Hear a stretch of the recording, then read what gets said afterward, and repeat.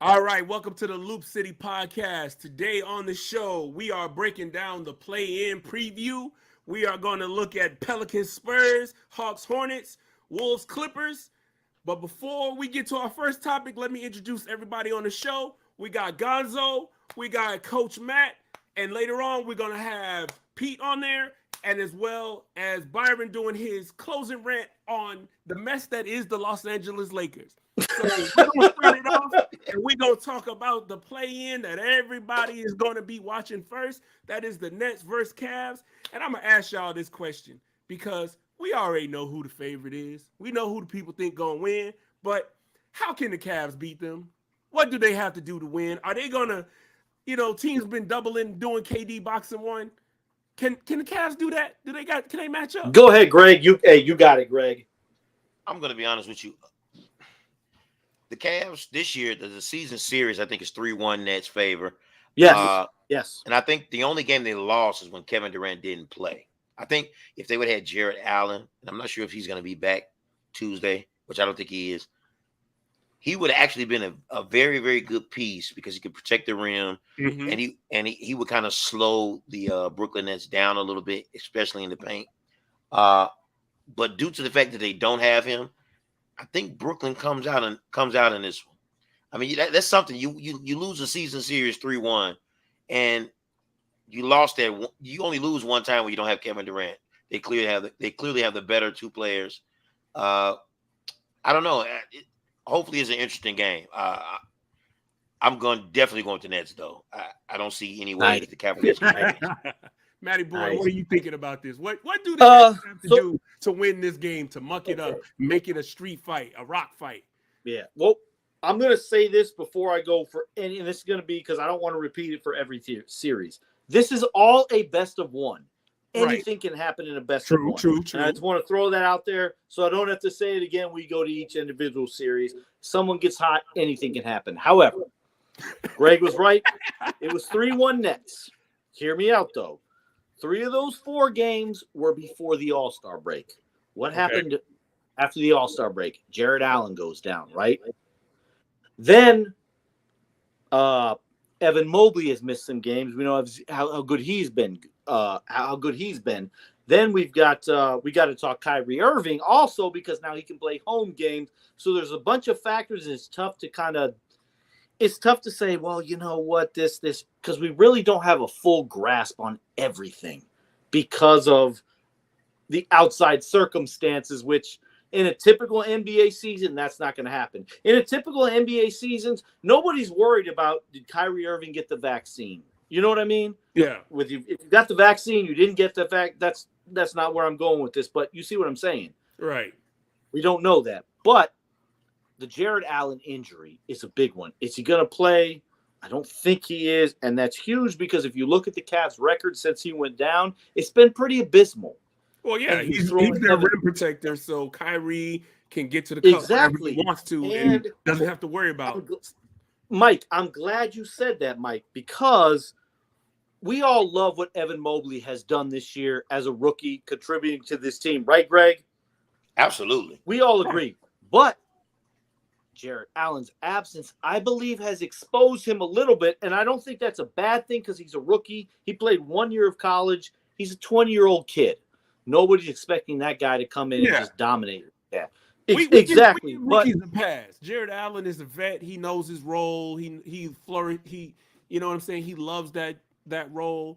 Mobley is a rookie, and not having that big man behind him definitely changed things. Absolutely, because it takes so much pressure off of him defensively. But then you throw in the fact that the last couple of weeks, Evan Mobley's been out. That's going to hurt the basketball team.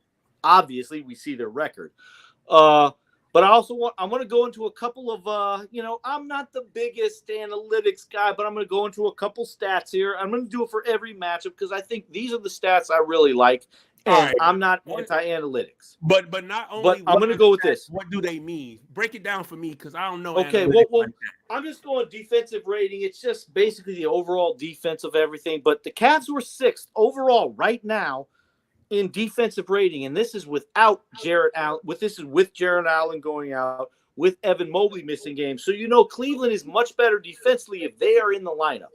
So them being 6th it's clear they played defense this year, which is exactly why I believe they were really good this year. I mean, if I'm not mistaken, weren't they number one in the East for a little bit? I believe they were right there, they 1-2. The top 3. Yeah, exactly. And that to me is big when it comes to the 3-point shooting, because we know it's a 3-point game. I mean, the Nets the Nets in 3-point shooting, they're 11, 36% from 3, Cavs 17, 35. Not a big difference. 35, 36. That's maybe 1-3 a game difference. No big deal. But I just think when it comes down to this matchup, because of the injuries to Jarrett Allen, I just think it's a tough one for the Cavs, because the Cavs easily, I believe, would have been a top 5 team in the East before if Jarrett Allen doesn't go down. This is tough. It's going to be in Brooklyn, and let's get the elephant out of the room. Kyrie gets to play now. Yes, right, and has been playing well. Yes, and he's been playing well, but since he came back, his shooting percentages have not been great. But in a 1-game scenario, we saw what he did in 2016 versus Golden State. He makes the big shot. We know how clutch he is. He's a gamer. We all know this. So I think, I'm with Greg. I'm going with the Nets in this one, and I think most people probably will, just because of extra circumstances, Jarrett Allen's injury, And before I turn it over, and I'm going to end this, Darius Garland has been fantastic this season. That's what I want to say. Okay. He's been fantastic. Yeah, yes.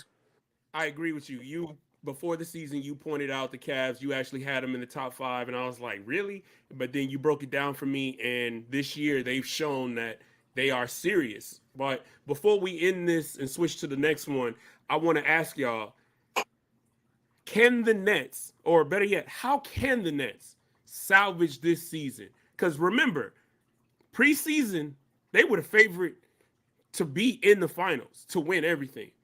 What do they have to do besides the obvious, win this game and get in? Because we now know the seedings. Boston has secured the 2nd spot, and Milwaukee has secured the 3. So they're going to open up against the Bulls in the first round. So the winner of this game gets Boston. So hypothetically, not even going hypothetical on that, what do the Nets have to do to show that, okay, we are a contender? We are for real. You got it, Greg. In order to become a contender, honestly, I think right now it's difficult to even speak of contending. I think what they need to do is focus on the task at hand, try to maintain this seed, because I would much rather fit in the face of Boston as opposed to trying to slide down to an 8 and win the next play-in game and make an 8 seed have to play Miami. Miami is a much better defensive team. So I would rather win this game and rather play Boston. I think they have a better shot at Boston. The question is Ben Simmons going to play in the playoffs? Because if Ben Simmons plays in the playoffs, this could very well propel them to being a championship team, because a lot of the deficiencies they have on defense, and when I say deficiencies, I'm not meaning like they don't have players that could play defense. It's just Seth Curry is kind of small. Mm-hmm. You put somebody like a Ben Simmons in, he can guard a Giannis. He could possibly switch and guard a Chris Middleton. At least for spurts. I'm not expecting him to do it the whole game, but Correct. It does kind of relieve some of the pressure off KD trying to guard these guys consistently throughout a whole playoff, or through a playoff series. So Ben Simmons is really the question. And I think they put a report today out on Bleacher Report that Ben Simmons, he might be a go for the first round if his rehab continues to go okay. Hopefully, if they're talking about championship, they're going to need Ben Simmons, and they're going to need Andre Drummond to put up those rebounding numbers that he did in Detroit. These are the two things they're really going to need to be a championship contending team. Absolutely. I'm going to piggyback off of what Greg said. And I'm looking here. I didn't say it. I'm going to my defensive rating here. And first of all, we're talking about Ben Simmons coming back. Best point of attack defender in the NBA. Maybe the best defensive player overall in the league, right? I don't think that's not an argument. I think people will be like, nah, you're full of shit or anything like it. Excuse my French, sorry. But defensive rating, the Nets are 20th in the NBA defensive rating, 112.3. The Cavs are 6th at 108.9. Now, obviously, everything has changed because of Jared Allen being out. He has been that big guy down low. He's made it easy on Evan Mobley. Look, Evan Mobley has been fantastic. I'm not going to take anything away from him. But having Jared Allen does make your job easier when you have an all-star big man next to you. So I don't want people to think, oh, you're just hating on Evan Mobley. No, Evan Mobley was drafted for his defense. Yes, I understand that, and he's great defensively, even as just a young guy. He's above average defensively, even for a young guy, which is great. Go ahead, Mike. So what essentially what you're saying is the same situation the Cavaliers are in with losing their big man Jared Allen could actually be the opposite for Brooklyn if they add Ben Simmons. Absolutely, because Ben Simmons, and as I said, I think Ben Simmons is the best overall defensive player in the league. I think he should have been defensive player last year. It's all subjective, however you view it. But he's clearly the best point of attack defensive player in the NBA. You're not just going to run up on it. He's going to stop what you're doing. And that's fantastic. But we have to temper expectations because he has not played in over a year. So we got to be careful with that. And the good thing is I think the effort's going to be there. It's clearly with a lot of guys like this, with the issues they're going through, whether it's mentally, whatever. It's a brand new situation. So I think he's going to be ready to go. He's got Kevin Durant. He's got Kyrie Irving, 2 NBA champions. Patty Mills as well, NBA champion with the Spurs, played for Greg Popovich. Overall, I do like, and mainly, like, I think this would be a very good one game if we know everybody's healthy, but without Jared Allen, look, we love Evan Mobley. Greg, you love Evan Mobley. Mike loves Evan Mobley. We think he's fantastic, but he's a rookie. Without Jared Allen, I just think that makes it just puts a lot of pressure on other players. And at the end of the day, it's as my guy, Coach J. Rich Goodman on Twitter, it's about the dudes. Cleveland has the dudes. They got Kyrie. They got Kevin Durant. Kyrie, one of the greatest clutch players in the history of the league. However you feel about him, he is one of the greatest clutch players in the history of the league. You mean Brooklyn has the dudes? You said Cleveland, but Brooklyn, yeah, my fault. If I said it wrong, my fault. Yeah, you're having a flashback to 2016 when Kyrie was hitting that shot.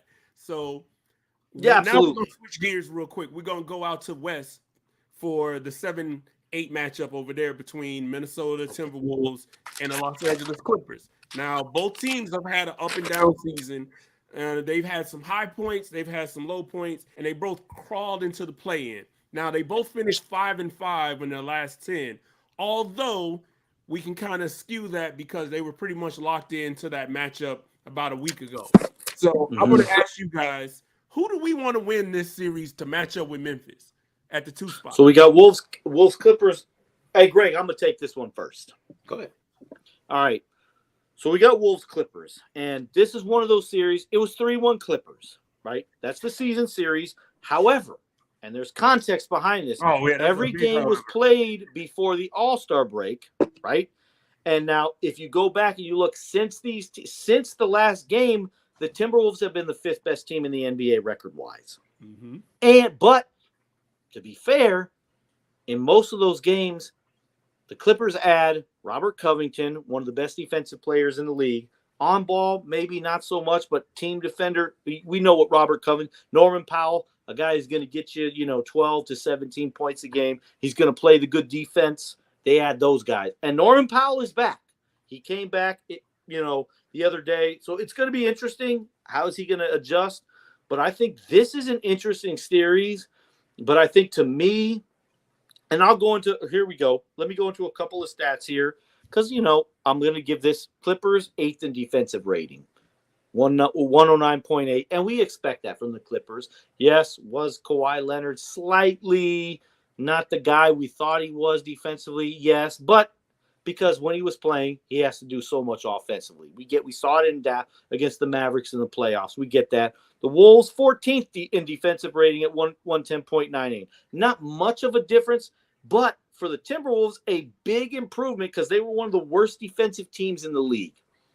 And I think a lot of that comes from Patrick Beverley and the coaching staff. I don't want to just praise Patrick Beverley and people. I know they'll say, well, what about Jimmy Butler when he was there and they made the playoffs? But Jimmy Butler's a different personality. And Mike, you will attest to me. We love Jimmy Butler. No, we love Jimmy. We do. There's no hatred towards. We love Jimmy Butler. But he's just a different personality. And Patrick Beverley is not a superstar, so it makes sense.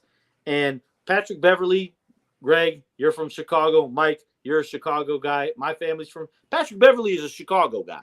We know he's getting after it. Yeah, he's going to get after it. My favorite joke about Patrick Beverley is he looks like a guy that has hooped outside in some Timberlands before. Yes. And he's got him playing. He's got him playing, and the guys on the team have said, hey, they love what Patrick Beverley has brought to the basketball team, and I love it too. And I don't want to get the coaching staff is part of it as well. The game plans of work, and here's the big thing: Karl Anthony Towns, is he an elite defensive player? Every one of us, I think, would say no. As a matter of fact, he's been a turnstile most of his career. This year, there's effort. You know what I mean? He's making some rotation. Same thing with D'Angelo Russell. D'Angelo Russell, Karl Anthony Towns have been really good. And then the one thing that gets with this team, we know Paul George will be back as well. He's back. He's playing fantastic, right? And Kawhi will not be playing. But overall, I think this is one. I don't know. I'm going to go with the Wolves simply because they have the home court, and I know they can get really hot at home. And at the end of the day, I don't give a damn what anybody thinks. There's not a goddamn person on that Clippers team who can hold Anthony Edwards. And if he gets hot, it's a wrap. All right. So now, Gonzo, with what Matt has said, how do you see it shaping out? What do you think about this matchup? I think it's one of those matchups that we really don't know who to pick.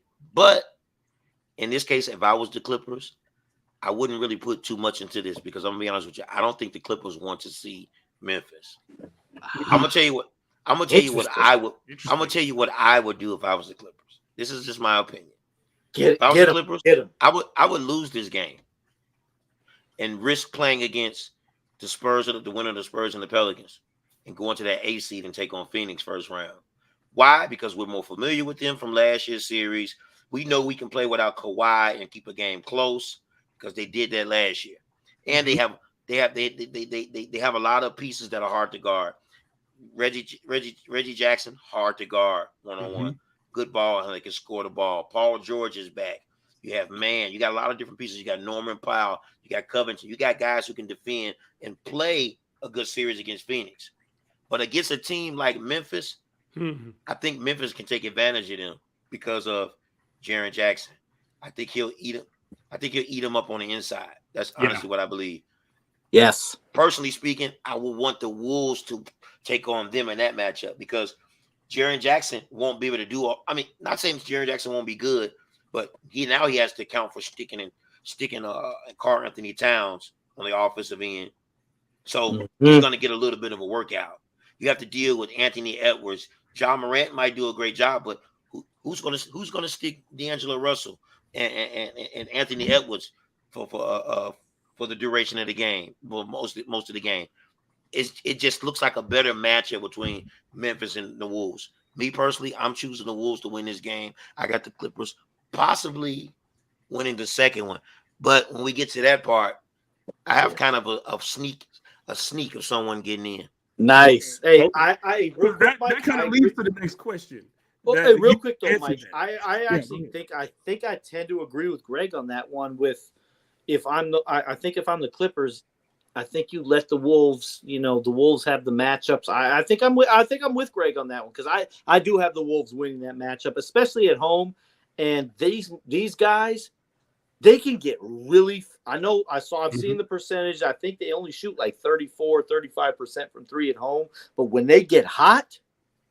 Yeah, you got no chance. Yeah, you got no chance. Yeah, that was my question is like who can upset Memphis? And Gonzo, you broke it down perfectly. Like you actually said something I had not thought about. The Clippers did match up well with the Suns and had them on the verge of a game 7 without Kawhi. So That's actually a very good, like, I didn't even think about that. That's like some Kaiser Sosa stuff right there. And furthermore, I think the Memphis Wolves would be better for TV. That would be a better matchup. And like you said, with Jaren Jackson Jr. would have to play both ends of the court. So I like these takes. Like, honestly, I'm actually more hyped for it now of these chess moves that could be made. Yeah. So, hey, but you know what, Mike? Jaren Jackson, like, he's in the running for Defensive Player of the Year, which I love what you're saying because both ends of the floor, like, he's good he's really good offensively, but now it's like we know what you're going to do on the defensive end of the floor because you're one of the probably the 5 guys that are in the running for Defensive Player of the Year. But is that going to affect you on the offensive end, especially because you're probably going to make, like, obviously they have Steven Adams, which we didn't talk about. He's been absolutely fantastic this year. Right. And it's a perfect situation for him. Where last year in New Orleans, I mean, he was good, but it wasn't the best situation. You know what I mean? He was a bad fit last year in New Orleans, and I think he was defensively not so much, but offensively absolutely. And now because Jaren Jackson is clearly the best defensive player on the Grizzlies, he's going to have to match up against the guys like Karl Anthony Towns, even my man off the bench. Greg, who's the boy from LSU? He's the big man off the bench for a minute. What's his name? I didn't do my research. Vanderbilt? This is on me. Is it Vanderbilt? No, you went to LSU. I'm going to do it right now. Hey, Mike, go to the next one. I'm going to get this, Mike. The only thing that I was saying is, like, Jaren Jackson Jr. is a good defender, great defender. Like you said, he's in the top 5. Yes. But it's like having to play both ends, having to actually possibly, like, we don't know what the matchup is going to be, but if he has to guard Karl Anthony Towns and Naz Reid, real quick, Mike, Naz Reid's the best. Oh, okay, yeah, you're right. Okay, he's really right. He's really good. He is. Yeah, he's good defensively. I'm sorry. He can make the open 3. But back to what I was saying, Matt, is like Jaren Jackson not only may have to check Cat, but also deal with the threat that is the Ant-Man. Because when the Ant-Man comes to the paint, somebody is getting on the poster. Yeah. Well, and if they run the pick and roll and they set it up to where Karl Anthony Towns now has to switch out on Ant-Man, and even D'Angelo Russell, who's been really good this year. Like, D'Angelo Russell has been a good NBA player this year. You cannot hate on that guy. I'm with you on that. Absolutely, man. You don't want Jaren Jackson having to work that. He's great defense, one of the best defensive players in the NBA. But if you in a 1-game scenario and you got to put him up against, it could be tough. But I think I'm going Minnesota on this. And I will say this: at the end of the day, the Clippers have the best player in this series in Paul George. Right. I think we'd all agree. Paul George is the best player in this series, and he's been great since coming back.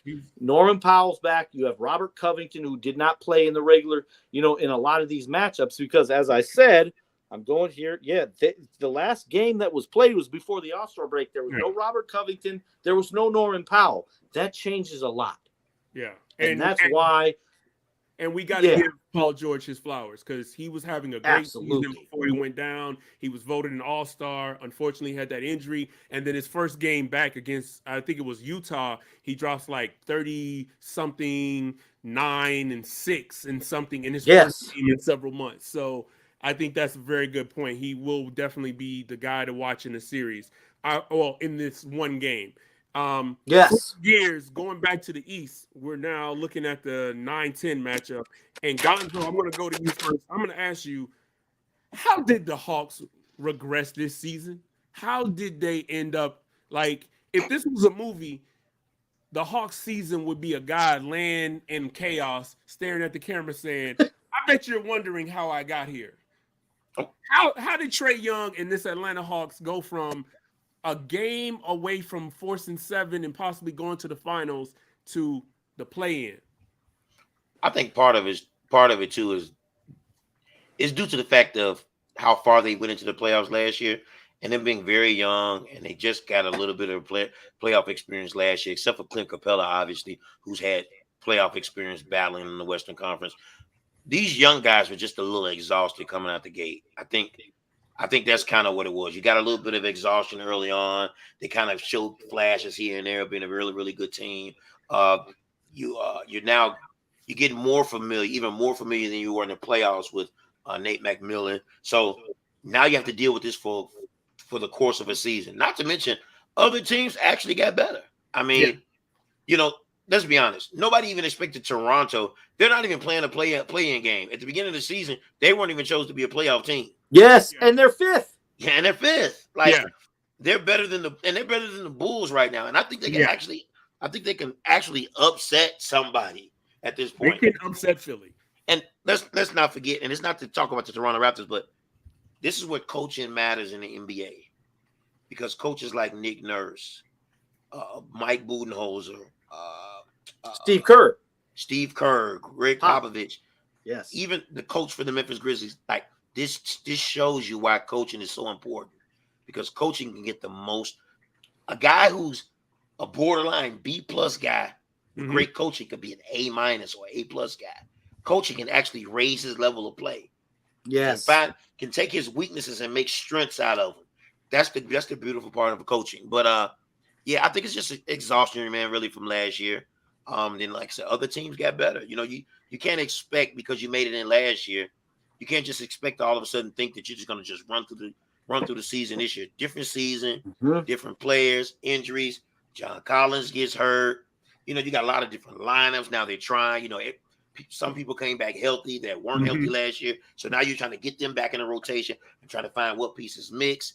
And some of the pieces that you would assume mix and work well together, they don't gel so well together. Now you're trying new lineups. So a lot of this stuff really comes into play with the Hawks. But I kind of have them as a sneak in. Nice. I got them beating the Cavaliers. I think the Nets will win and the Cavs will take on the Hawks. And I think the Hawks will beat them and take the 8th seed. Yes. I was trying to think of that same thing, but you said it first. So Gonzo with another fire take. I think that this game, and then if the Hawks win this game and they play against the Cavaliers, I think this is when the playoff experience will matter. Yes. Yeah. This game especially. And I see it because of the injuries for the Cavs with Jared Allen and all. Exactly. Absolutely. No, and then the experience of the Hawks from last year, this will ultimately trump the Cavaliers experience. Yes, absolutely. You know what I'm saying? So I see the Hawks experience. That's what I'm saying. So that lets you know that they're going to trump. The only one on that Cavs team who really has any true playoff experience, Kevin Love, champion. We're not going to doubt him. He's been one of the best 6 men in the league this year. And Jared Allen, who's probably not going to play. Right. So, absolutely. Yeah. All right, Matt. So Matt, can you piggyback off that? You tell me what you think of that. Okay. So we're going we're talking about we got the Hawks and the Hornets here, and I'm going to go here, and I do think the Hawks are going to win this. So let me get that out of the way. But I'll go. Season series was 2-2, and I won't lie, I've got League Pass. I watched 2 of the games. Both the games I watched, the Hornets did win. Okay. But I think a lot of it comes out of, and 3 of those 4 games were before the All-Star break. And I mentioned that because, yes, the Hawks have had the injuries with John Collins. I don't think he's going to play and all that. But the Hawks have been much better since the All-Star break. Correct. So that's why I'm throwing that out there. But here we go. These teams both, I'm going to say it, they suck defensively. They're trash. They don't guard anybody. The Hawks are 26th in defensive rating, and the Hornets are 22nd. They suck defensively.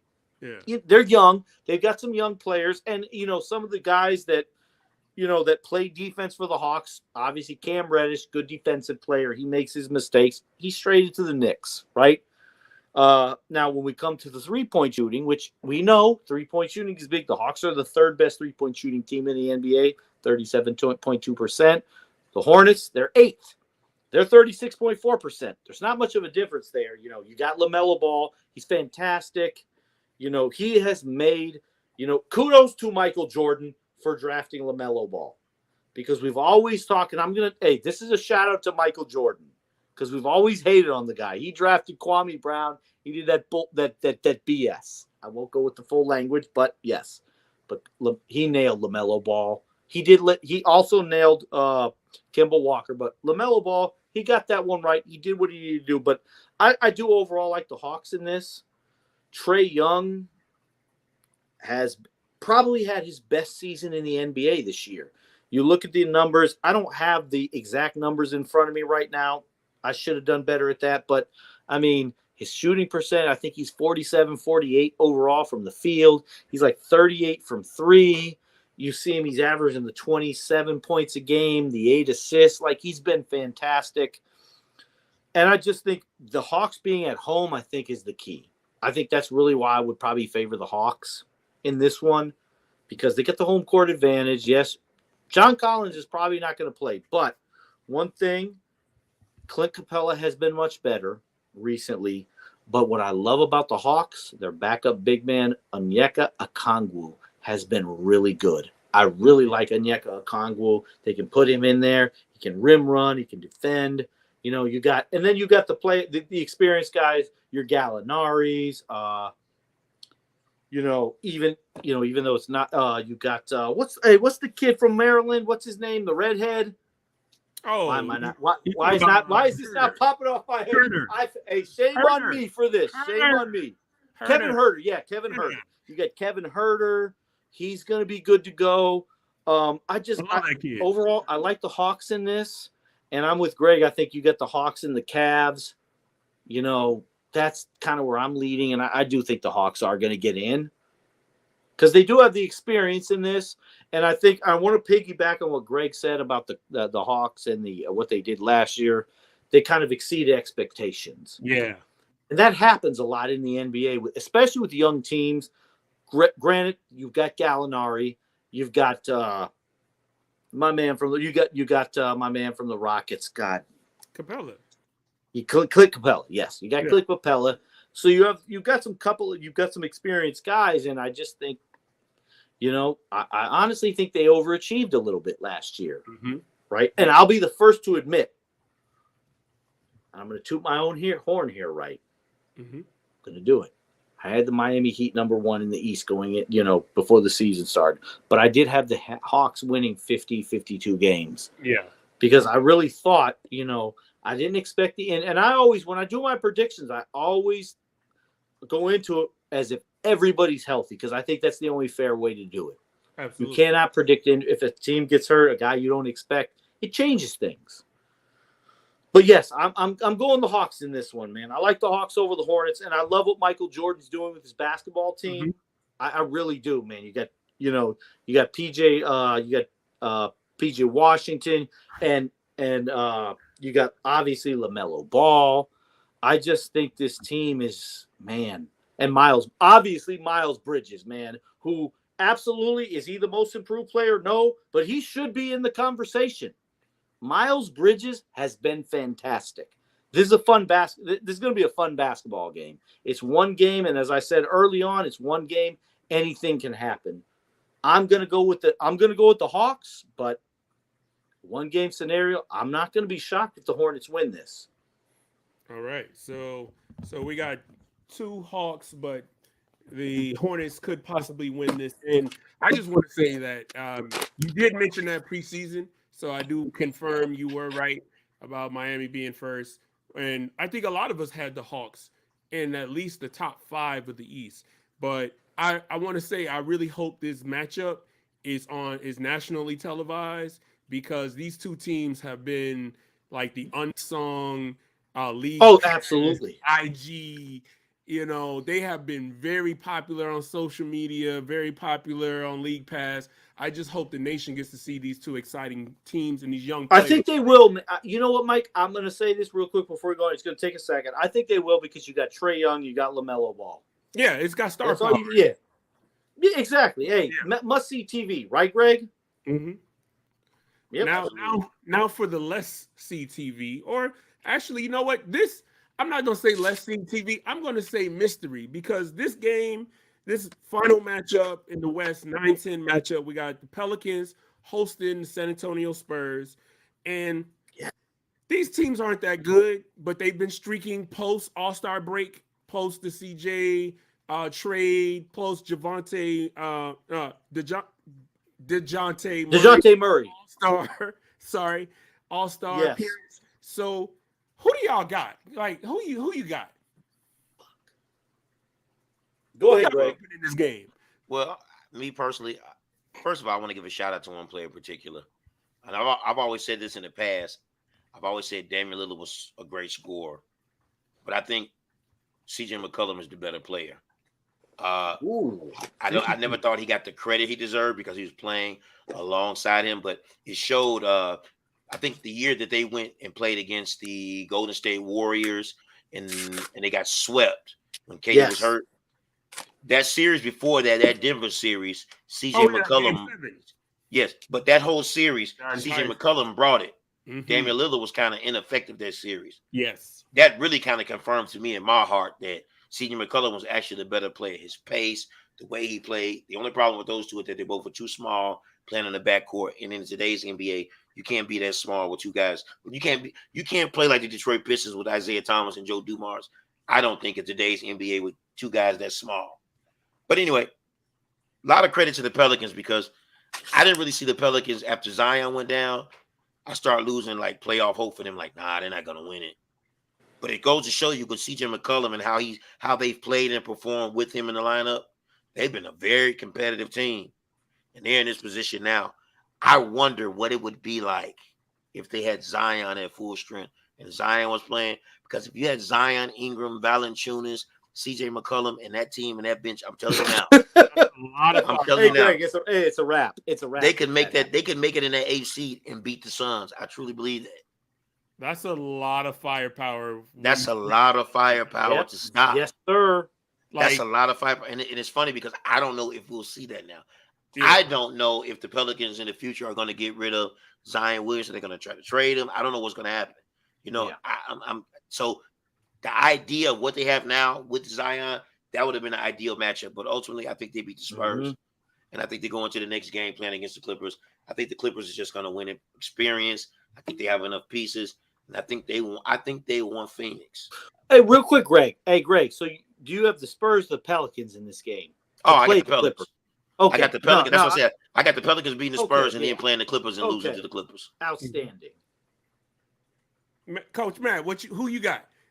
Just who you got? I'm gonna go, man. This one's tough. So I'm gonna break down a couple of things here. Why it's so tough.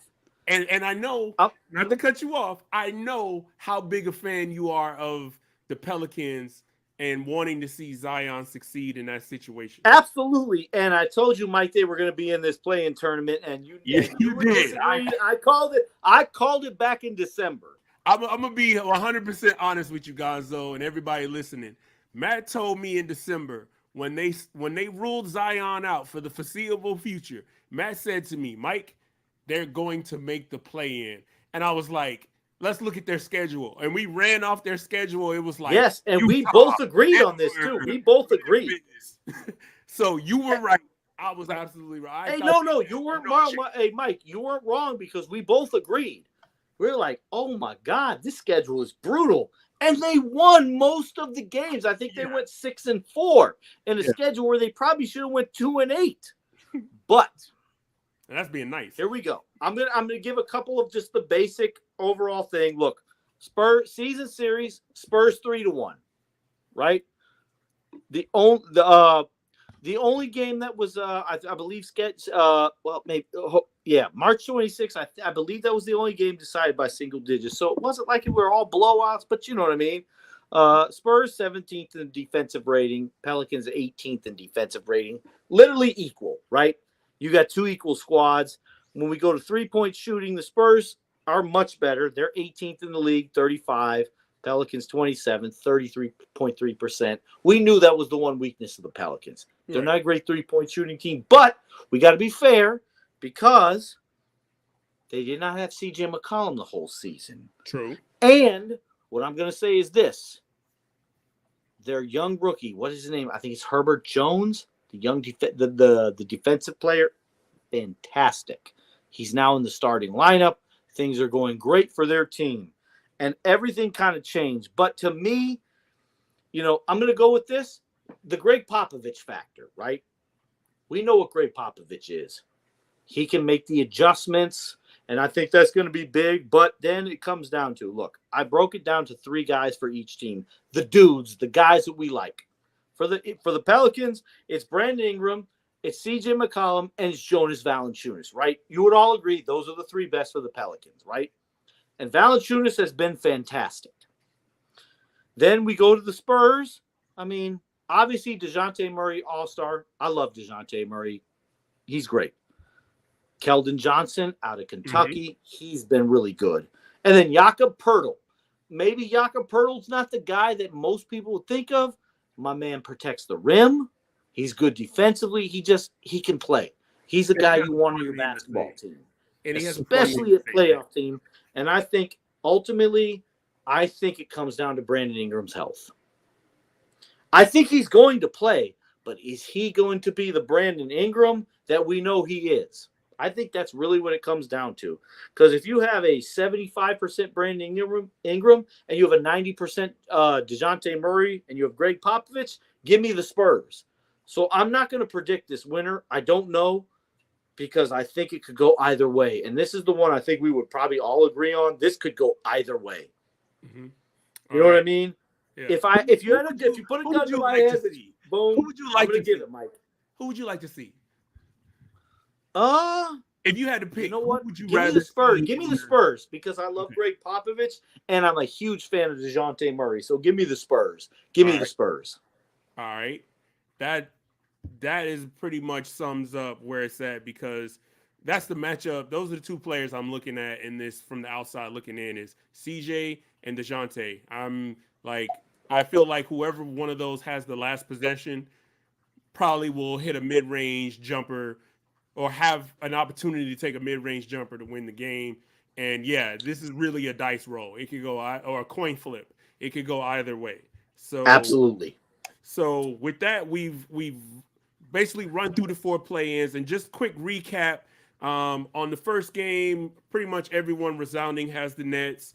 I believe in the second game, we both of you guys had the Wolves, of course, with the Kaiser Sosa chess move of the Clippers throwing the game, that Gonzo, or not throwing the game, just allowing the Wolves to win so they could match up and take out the winner of the Pelicans Spurs.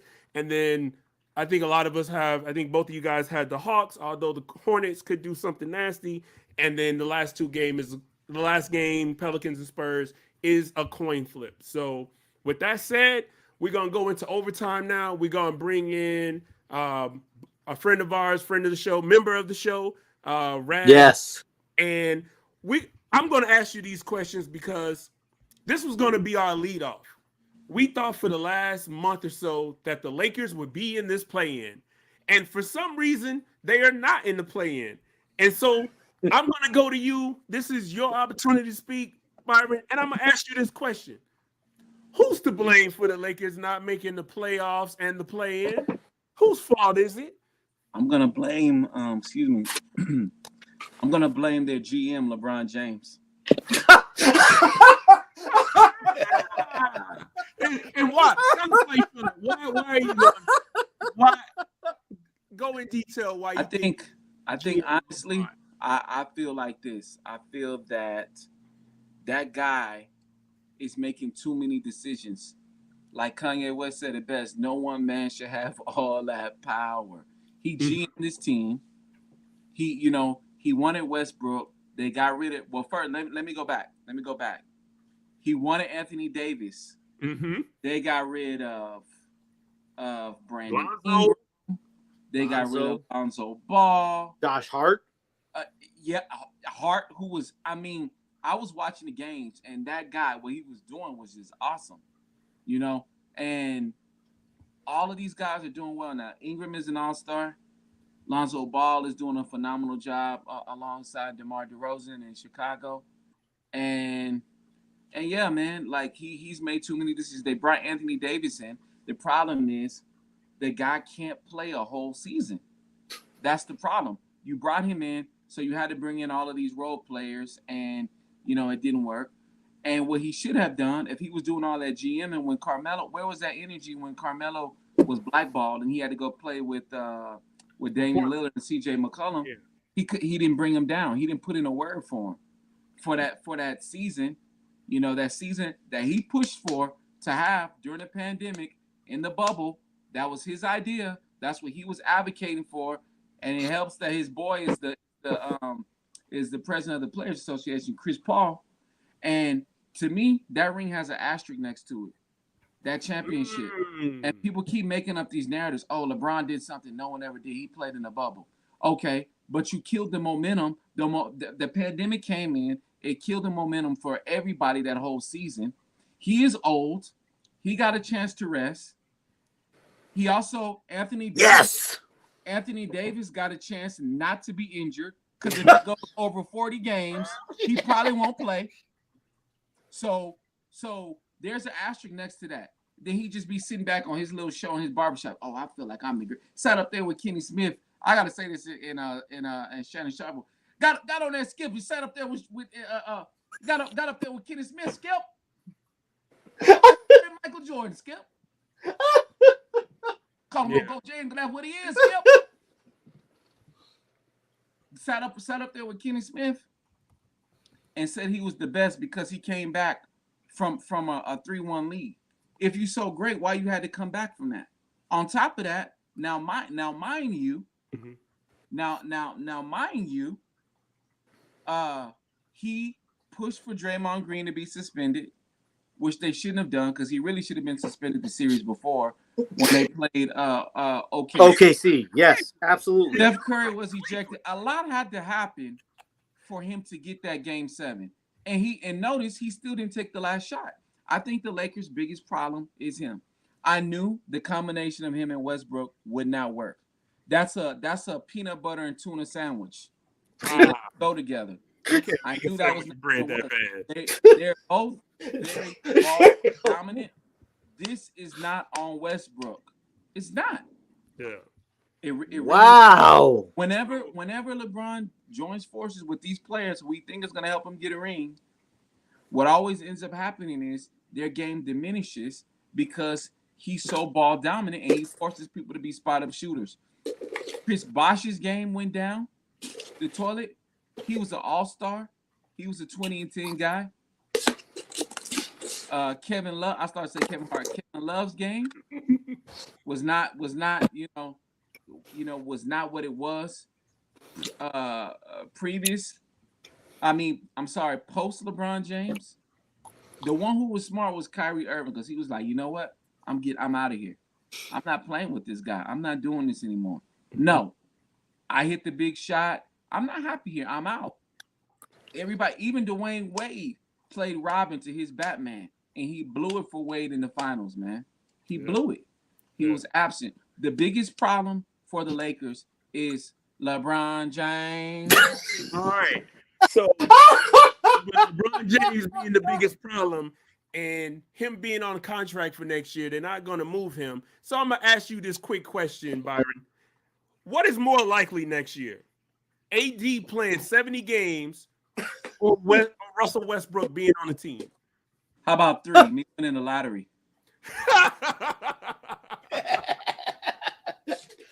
Hey, way to kill it, Byron, man. That's the perfect answer. Byron, that's the perfect answer, man. Westbrook is going to opt into that contract. Mm-hmm. He's going to. And Byron, and he should. 47 million? I got 47 million reasons why he should. You got to think about this, man. He's from Long Beach. Mm-hmm. Every kid who's really, really playing basketball and really putting their all in LA dreams of playing for the Lakers. Absolutely. And he went to UCLA, and now he's a Laker. Yep. You can't. Yeah. And people got mad at Magic Johnson with what he was saying. I think it was Mike. Sean Morris was saying, man, Magic shouldn't be airing out the Lakers' dirty laundry. Well, you done ran Jerry West out of there. Mm-hmm. Hey, real quick though, Mike. Hey, Byron. Hey, Sean Morris, that's the homie. Yeah, this is not shade. Yeah. Yeah, it's not shade. You know, that's the homie. That's my man. He has fire takes. Father played in the NBA. He's the people. Yeah. But he was mad at Magic, and I'm like, Magic Johnson is telling the truth. Mm-hmm. Magic didn't tell any lies, because there's a certain standard that comes with being a Laker that you have to play at. All LeBron James can do now is chase individual accolades and stats and push your stat meter up, because Rich Paul and Maverick Carter and Shannon Sharp and Nick Wright, he said Nick Wright, who he all has on payroll, are going to keep pushing this false narrative and lying to these kids who weren't around and not to know better that LeBron James is the GOAT. So you have the most points of all time. You've lost more finals than out. You lost more finals than Jerry West. Yeah, and Jerry West wasn't hood hopping on teams chasing rings. He could have. He was the best two guard in his day, and he was taking L's. He took them L's. He took him to the. I saw an interview with him the other day. He was like, "It still hurts." This man is 83 years old. That's a championship to me. He didn't say, "Oh, it really hurts," so I wouldn't join the Celtics. Yeah. And I think what you're saying is in perfect context because, and Byron and I both know this living in Los Angeles. This is a Laker town, so if everything in this city moves to how the Lakers are doing. The Lakers are good, everyone's happy. The Lakers are not so good, people are not so happy. And having been to Staples, now the crypto arena, they don't hang up division banners. They don't hang up conference championships. They only hang up championship banners and retired numbers. That is the excellence they have. So it's like, if you ain't putting a banner up in the rafters, you what have you done lately? And I'm gonna ask this one last question to Byron, and I'm actually gonna open it up to the whole panel. Just a quick, hey, Mike, real quick, Byron, you take the Byron, take the first shot at this. I'm gonna open up to Gonzo and Matt. This is just one question for all the fans, all the heads out here who have watched basketball for more than a decade or so. Which is worse for Laker fans? The 04 Lakers, the 13 Lakers with Dwight Howard, Steve Nash, or these 22 Lakers? Wait. Byron, we're going to start with you. Which is worse? 04 with Karl Malone, Gary Payton joined Shaq and Kobe. 13 when Dwight Howard and Nash joined Kobe, Gasol, and Metta World Peace. Or this year's 2022 Lakers with Melo, with Westbrook, and this is the absolute worst. This is the absolute. Yeah, my pick is this season, 21. Wow. Because at least Karl Malone, Gary Payton, Shaq, Kobe, Rick Fox, Derek Fisher made it to the finals. They just got trashed by Detroit in 5 games.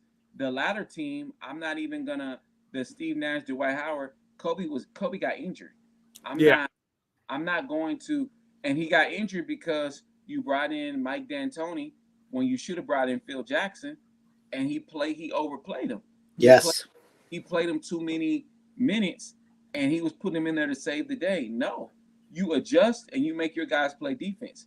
And I guess they thought it was a good marriage because Steve Nash was there. He had played with him previously, but it was a disaster. But none is worse than LeBron James, And then he went back and deleted that tweet. Oh, y'all keep that energy come playoff time. Yeah, we kept that energy. Nice. Gonzo, one last thing on this. When Kawhi come back, the Clippers are going to be the best basketball team in LA. Oh, wow. He said, nice. I love it, Byron. Hey, get him. It was a couple of things I wanted to kind of add on that. First of all, to answer your question, this team is by far the worst because let's look. The year Karl Malone, the Karl Malone team made it to the finals. The other team was Steve Nash. They played in the first round, I think, if I'm not mistaken, and lost. Absolutely. This team loaded up and didn't get anywhere. Didn't even get the 10 seed. Didn't even get a play-in game. So that automatically makes them a failure. But to add to a point what Byron said earlier, again, this is what you get when you get LeBron James teams. You're gonna get maybe one championship, a couple of deep playoff runs, and when he's done, your team will be completely dismantled because of the moves you have to make in order to win 1 or 2 times. See, this is the GOAT status of Michael Jordan. Michael Jordan, not only he played for the same team, but one thing Michael Jordan has done is that you always have a chance of winning with him all the time. It never changes. You can swap in and bring new old pieces. whatever you want to add to the team, new pieces like Tony Kukoc or whatever you want to add to the team. As long as you have Michael Jordan, you always have a winning chance. And I think that's what makes Michael Jordan the GOAT. Another thing about LeBron James, people don't want to expose. Westbrook is not the smartest basketball player at all. I never said that. He puts up numbers. He plays hard. Sometimes he plays hard in the craziest moments. It makes him look stupid when he makes him look stupid than what I think he actually wants to be. I think he wants to be great. Let's talk about something else with LeBron. He never changes his game when he's on a team. He never has to come off the ball often. He always has to be ball dominant. In this situation, it probably could have worked with Russell Westbrook if you let Russell be the point guard and let LeBron James come off ball sometimes and be the shooter sometimes, because clearly he's a better shooter than Russell Westbrook is at this point in his career. Yeah, LeBron James is a better shooter than Russell Westbrook. Hey, real quick. Hey, Greg. I'm saying to your point, Gonzo. Wasn't that the plan to let Westbrook run the show? Yes. And yes. But some strange reason that didn't happen. Magic Johnson made another good point earlier this week. He said the Lakers had a chance to get DeMar DeRozan and Buddy Hield, and they could have got a couple of other pieces that they needed or already had. But he found out at the last minute that LeBron James is recruiting Russell Westbrook. So there's no need for him to say anything now because we see LeBron's running the show. Yeah. This is the point that everybody should take. This is what it means in just real life, not even basketball court, but just a little tip. Do what your job entitles you to do. If you're a basketball player, be the basketball player. If the GM's the GM, let him be the GM. Get the pieces that you need, and let him talk with the coach to see what pieces he needs. Let the coach be the coach. Like same thing in football. Jerry Jones shouldn't be down in the coaching booth. He's not a coach. Absolutely not. Stay up in the owner's box where you belong. And make your billions, right? And make your billions and buy the players that your coach needs to perform and win Super Bowls. Do your job. That's what it boils down to. Absolutely. Now, Coach Matt, we're gonna go. We got a little bit of time left, so I'm gonna give you a minute and a half to go ahead and bring us home. All right. With the whole thing with the Lakers this year, I was actually probably more pro Lakers this year than anybody on this panel. I was like, you know what? LeBron, Westbrook, Anthony Davis, three of the best 100 players in the league of all time. Before they did any of that, they're going to figure it. Great players figure it out, right? Then you have Anthony Davis, but it's just like, wait a second. You got Carmelo. They didn't really figure it out. Then you have, and you saw the stuff of, man, when we get Kendrick Nunn back, we're going to be all right. Wait a second. Kendrick Nunn is going to change the season for y'all. And I like Kendrick Nunn. He's a University of Illinois guy. But Kendrick Nunn is going to change your season? Nah. And Greg pointed it out. He said it perfectly. When you play with LeBron James, he's going to change you into a role player. And that's my biggest issue with LeBron James. He's a great player. You know, if you tell me, like, obviously, Mike, me, you, Greg, Byron, Michael's our guy, right, for the GOAT. Let's just put it out there. But if someone comes to me, LeBron, I think LeBron James is the GOAT, and they give me their reason, I'm not going to argue with them, okay? I get it. You know, and especially if you're a younger guy, I get it. Because think about this, Greg. People, there are guys, Kareem's their guy. Oscar Robertson's their guy. But us, it's Mike. So it's fair, right? His jersey is hanging right behind me. Exactly. It's all fair. So I get all that. But I think LeBron this year, it's more about the stats. He definitely, I don't give a damn what anybody says. He wants that all-time scoring record. He wants Kareem's record, and I don't blame him. I'm cool with it. I get it. He should go for it. If he has a shot at it, go for it. But he wants to play with his son. Yeah. You know what I mean? And I think the thing is now is like, man, is his son good enough? I think his son's going to make it to the NBA. I know I think Byron probably disagrees with me. I do think his son will make it. I think Bronny's going to make it. I also think Bryce is going to make it as well. So let me throw that out there. I also think Bryce is cold. I don't But is that go ahead, Byron? No, are we talking about the Byron. National Basketball Association? Are we talking about the what are we talking about when we say NBA? No, we're talking about Bryce and Bronny. Yeah, I think Bronny's going to make it to the NBA. I do. How is that compatible? How is that compatible with the Lakers trying to contend for a championship this year? Oh, it's absolutely not compatible. It's not compatible. Yeah. And I think that's the problem. Yeah. You know, LeBron, I think the problem with LeBron James, and, you know, I'll be the guy, probably the three of us, you're going to disagree with me. I'm the one oh, man, Matt, you're the. Look, I have no problem. You say he's the best player of all time, cool. You got him second, cool. You got him third, cool. I'm not going to argue with you. But I think that's kind of the issue with the whole thing. You know what I mean? Absolutely. So this was a fun episode. It's good to be back with you guys. It's good to be chatting about hoops again. It's glad this is the best time of the year for everybody out there. Be sure to stay tuned for the games coming up this week. We have 4 games, and absolutely we got it starting on Tuesday at 4 p.m. Pacific, 7 p.m. Eastern. You got Cavaliers at Bucks, followed by you got the Clippers at Wolves, and then on the following day you got Hornets, Hawks, Spurs, Pelicans. We'll be back later on in the week to recap and also do our first part of the playoff preview. Thank you guys for listening. Be sure to like and subscribe. Be sure to follow the podcast Loop City on Twitter and on YouTube, and we will be up on all podcast streams, Spotify, and Apple. So without further ado, we out.